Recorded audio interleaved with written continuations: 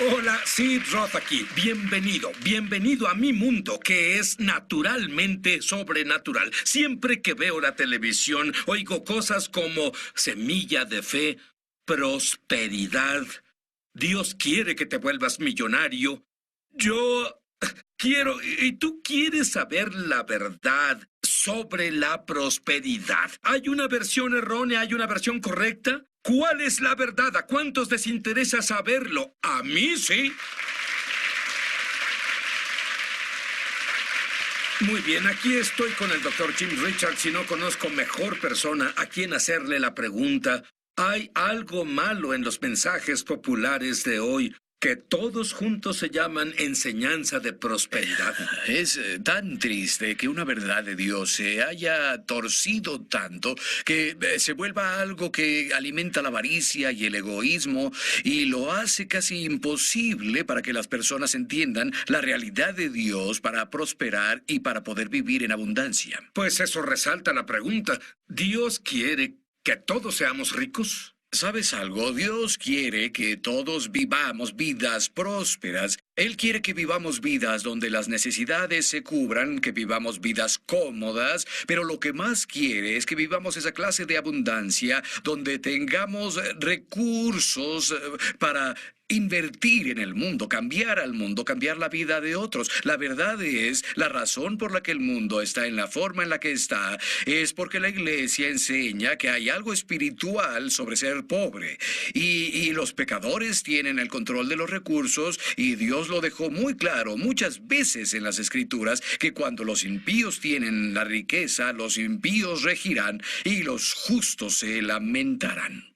¿Sabes? Si yo fuera Dios y fuera director de elenco, te elegiría a ti para ser especialista en esta área. Te diré por qué. James fue criado en pobreza extrema. Su papá era alcohólico, su papá no contribuía a las finanzas de la familia, además se llevó el dinero también. Su madre ganaba $19 a la semana, había 3 niños. ¿En serio te fue mal sí. de niño? Sí, la pobreza era normal para nosotros. Es más, éramos una de esas familias que heredan ropa y ya sabes, solo tenías un par de zapatos y recuerdo tomar cinta y pegarla alrededor de mis zapatos para que las suelas se quedaran pegadas a mis zapatos. Y verás, tenías un pantalón y eso era todo. Lo usabas hasta que no se podía usar más y te los quitabas, los lavabas y los dejabas secar y eso era todo lo que tenías. Y como dijiste, mi padre volvía muchas veces y se metía a la casa, robaba toda la comida que teníamos, robaba el combustible que teníamos en el invierno y crecer en ese tipo de situación se vuelve normal para ti y entonces en realidad tus creencias se comienzan a moldear. Y tú tenías lo que muchas personas tienen, una mentalidad de pobreza. ¿Es cierto? Ahora, explícame.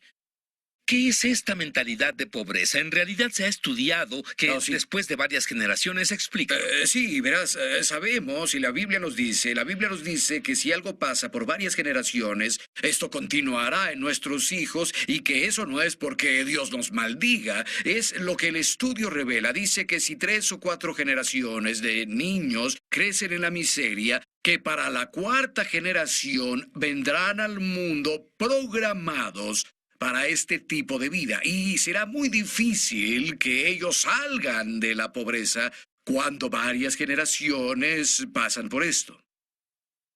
Pero hay una luz al final. Oh, sí, la hay. De ese túnel. Y de hecho, a los 28, en realidad, pensarías que tocó fondo antes. Se enfermó y él debía mucho dinero a los doctores y los hospitales.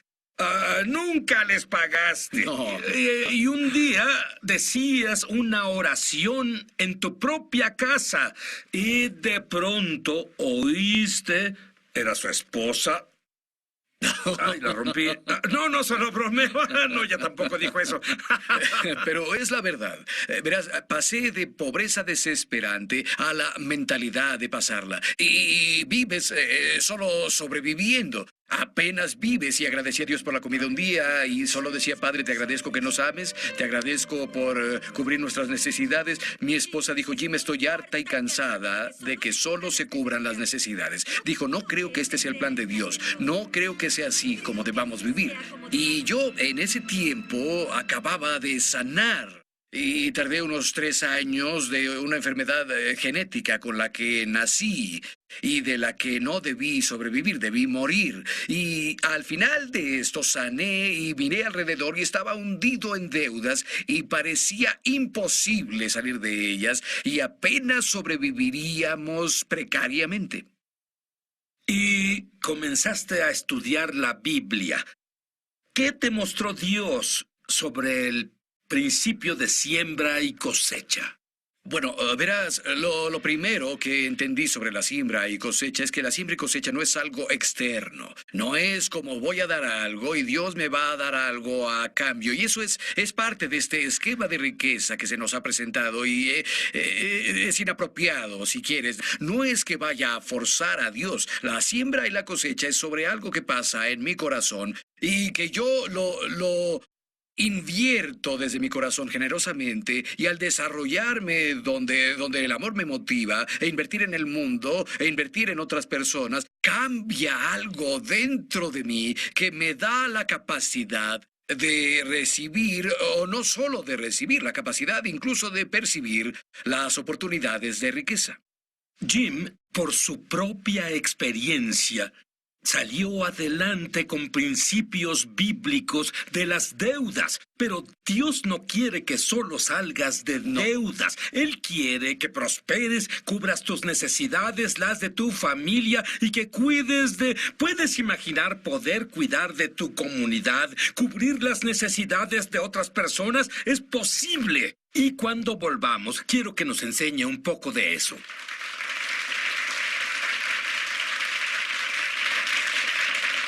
James, al comenzar a estudiar la Biblia, descubrió que el hombre fue originalmente programado para el éxito. Explica. Sí, lo primero que Dios dijo al hombre fue, sé fructífero y multiplícate. Fuimos creados a semejanza e imagen de Dios.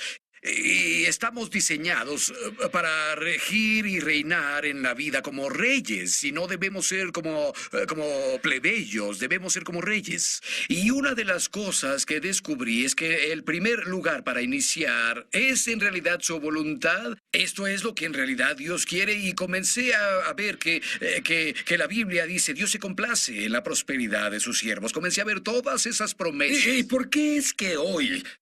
si alguien está en el ministerio o es un cristiano firme, no debe ser próspero, no debe tener una gran casa?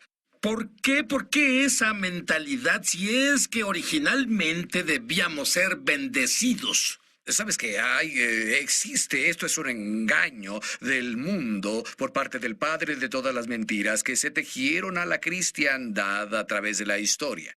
Y cuando estas mentiras aparecen en muchas formas, tratando de robarnos lo que Dios nos ha dado en su palabra a través de la obra final de Jesús. Y así tú ves estas mentiras manifestarse de dos formas. Las ves manifestadas en un concepto extremo de avaricia y complots de riqueza y toda clase de cosas. Pero luego está el otro lado de eso, donde hay algo espiritual sobre ser pobre, algo... Un aspecto que está... Es que el diablo trata de atraparnos de todas formas. Sí, así es. Él nos dirá cada mentira que posiblemente nos atraiga, pero la Biblia dice que la pobreza es la destrucción del pobre.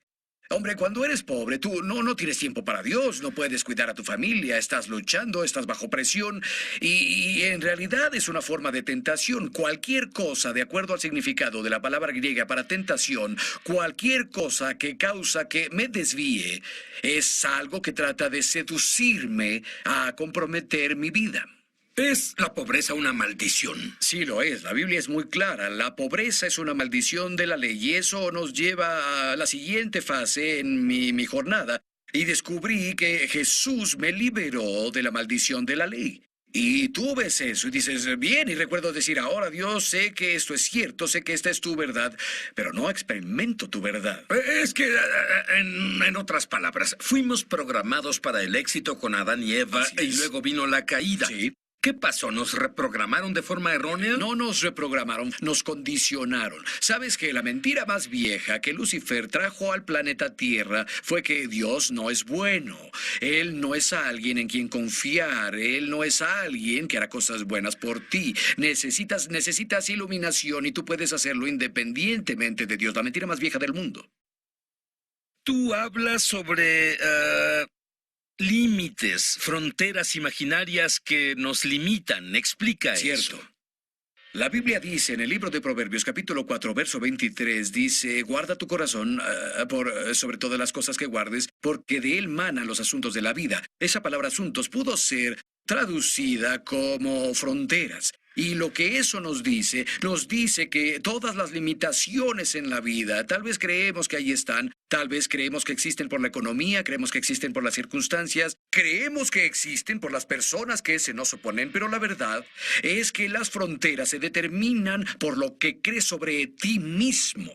Y descubrí que yo acepté una definición de mí mismo que se basaba en lo que fue mi vida. Y yo tenía que ver la palabra de Dios y decir, ¿quién dice Dios que soy yo? Y comencé a conectarme con el Jesús resucitado y a que soy una nueva creación. Cuando tú te conectas con el Jesús resucitado y te das cuenta de que las promesas de Dios, todas las promesas que Dios le ha hecho son para ti, cuando estás en Jesús, esa frontera se expandirá. Esas limitaciones van a desaparecer.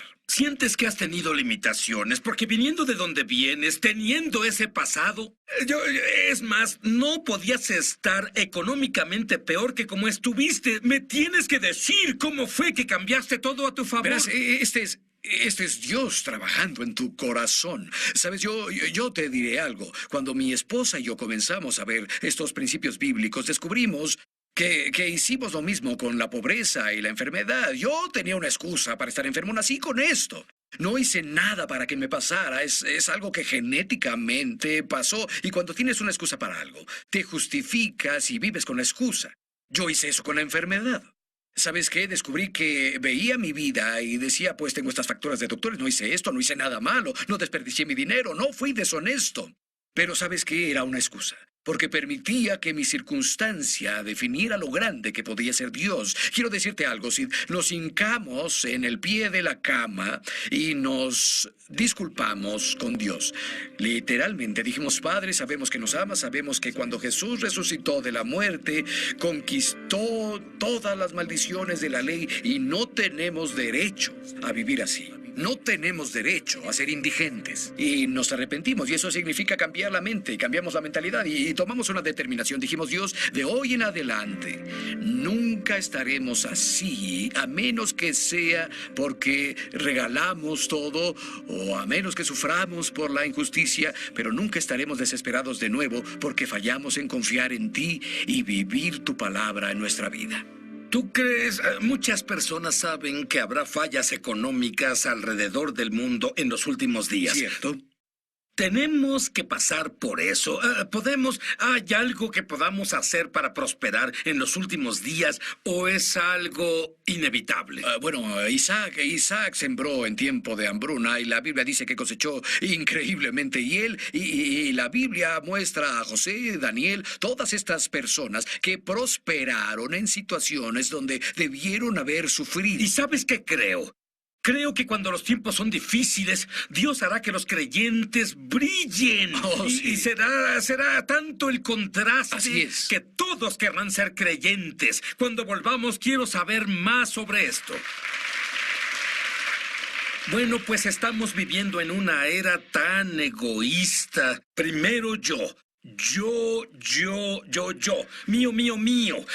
Dime sobre la gracia de la generosidad como opuesto al egoísmo. Es algo fenomenal y queremos que nuestra prosperidad sea algo que aumente nuestra vida en todos los niveles, no solo financieramente. Y muchas veces cuando las personas comienzan a ver la prosperidad, se trata de obtener más, se trata de tener más. Y Pablo dice Él dice, así como abundas en la palabra, en la ciencia y en todas estas cosas, abunda también en esta gracia. Y él habla de la gracia de dar.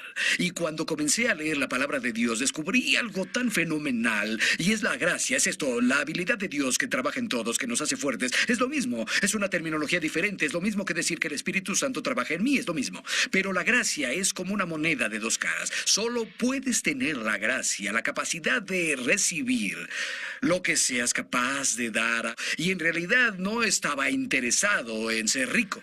Estaba interesado en cuidar a mi familia, servir a mi familia. Te digo, estaba interesado en invertir en el mundo, alcanzar el mundo para Jesús, para dar ministerios y ayudar a otras personas.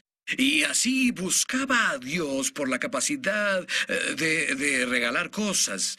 Y lo que comenzó a pasar es que comencé a tener la capacidad de reconocer y moverme en esferas de éxito y prosperidad en las que nunca me moví. Es más, Dios me mostró cosas que en el pasado habría desechado.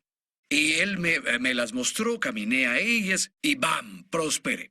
Ampliaste tus fronteras. Es exactamente Eso es lo que pasó. hacías. Esas fronteras, y debido a cómo la gracia trabaja en mi corazón, solo puedo funcionar si creo en la verdad, y esa verdad siempre expande mis fronteras. Y aprendiste la lección por Sí. las malas de que Dios es nuestro recurso. Sí. Dime sobre la vez que fuiste desfalcado. Volví a casa de un viaje de misiones y descubrí ese día que mi casa, nuestra propiedad, el ministerio serían embargados. Tenía $36,000 sobregirados en el banco. Cada recibo que teníamos tenía probablemente 90 días de antigüedad y descubrí que un contador había desfalcado mientras estaba fuera del país cada centavo que teníamos. Y una situación de desfalco típico. Nunca recuperas nada porque ya lo gastaron, lo usaron en algo. Y nosotros veíamos esto y, bueno, esto es tremendo y particularmente no fue hace tanto. A mi edad pierdes todo y comienzas todo de nuevo. ¿Sabes qué? Mi esposa y yo nos sentamos y dijimos, ¿sabes? Podemos pasar la vida molestos por esto, podemos preocuparnos por esto, podemos tener toda clase de emociones negativas o podemos invertir el mismo esfuerzo en confiar y seguir a Dios. El Señor es mi pastor, Él me saca de la escasez y del mal. Sabíamos que si seguíamos a Dios, el mismo Dios que nos llevó ahí la primera vez, nos llevaría de nuevo. Mi personal venía a diario y decían, hermano Jim, ¿qué haremos hoy? Decía, vamos a servir a las personas hoy, para eso estamos aquí. Y oíamos a Dios y había días en los que decía, si no tenemos $100,000 en la tarde, se acabó. Y solo orábamos y servíamos a las personas, como siempre, y no lo hacíamos para recuperarlo. Y la verdad es que en unos 9 meses habíamos recuperado todo. 9 meses. 9 meses. Y en unos Eso es muy 18 bueno. meses, sí. Y hablamos de $170,000 para impuestos, aparte de lo que se robaron. Pero hablamos de que en 18 meses nuestro ingreso se duplicó. Muy bien. Hay personas viéndonos hoy como tú y dices, estoy desesperado, necesito ayuda. Quiero pedirle al doctor James Richards que ore una oración sobrenatural sobre ti para que te abras para recibir. Antes de orar, quiero decir algo. ¿Estás dispuesto a dejar todas tus excusas? No importa cómo llegaste ahí, no importa si es tu culpa, no importa si es culpa de otro. ¿Estás dispuesto a renunciar a esas excusas y decir, Dios es Dios, sus promesas son seguras, Jesús resucitó de la muerte, Él me liberó de la maldición para que pueda hacer esta jornada? Si tomas esta decisión, estás listo para recibir. Padre, en el nombre de Jesús, declaro vida, declaro bendiciones. Señor, te agradezco que el corazón de estas personas que escuchan estas palabras comience a explotar con una nueva capacidad, nueva esperanza, nueva actitud para creer en ti y caminar contigo en este camino de provisión. En el nombre de Jesús. Algo sobrenatural acaba de pasarte. Yo quiero que estudies tu Biblia en lo que Dios... Esto es exactamente lo que James hizo cuando fue desafiado por su esposa. Estudia lo que Dios te dice. Mételo a tu corazón y luego hazlo. Pero asegúrate primero de que Jesús sea tu Mesías y Señor. Es cierto. Asegúrate de arrepentirte de tus pecados. Dile que lo sientes y que crees que la sangre de Jesús te limpia y tienes un comienzo nuevo. No tienes pasado, pero tienes el mismo cerebro y esa mentalidad apestosa. Así renueva tu cerebro con la palabra del Dios vivo. Todos querrán ser creyentes. Si Dios está contigo, ¡ah! ¿Quién contra ti? Jesús nos enseñó a orar a nuestro Padre Celestial. Vénganos tu reino, hágase tu voluntad en la tierra como en el cielo. ¿Sabías que en el cielo nadie está quebrado o hambriento? Nadie en el cielo sufre. Es tiempo de recuperar todo lo que el diablo te ha robado. Éxito y prosperidad con propósito es el destino que Dios te ha dado.